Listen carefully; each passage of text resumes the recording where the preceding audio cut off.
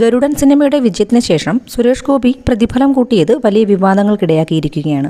ഇതുവരെ 5 കോടിയായിരുന്നു സുരേഷ് ഗോപി വാങ്ങിയിരുന്നത്. എന്നാൽ ഇപ്പോൾ 7 കോടിയായിട്ട് ഉയർത്തിയിരിക്കുകയാണ്.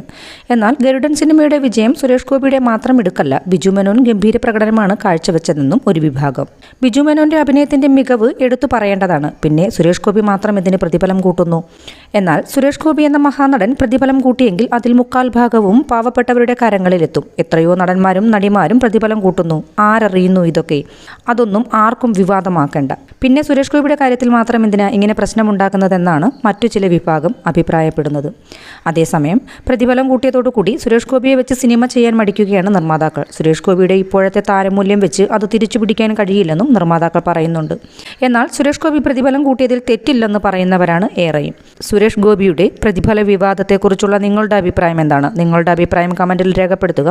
ഇതുപോലുള്ള സിനിമ സീരിയൽ വാർത്തകൾക്കായി ഈ ചാനൽ സബ്സ്ക്രൈബ് ചെയ്യുക. നന്ദി, നമസ്കാരം.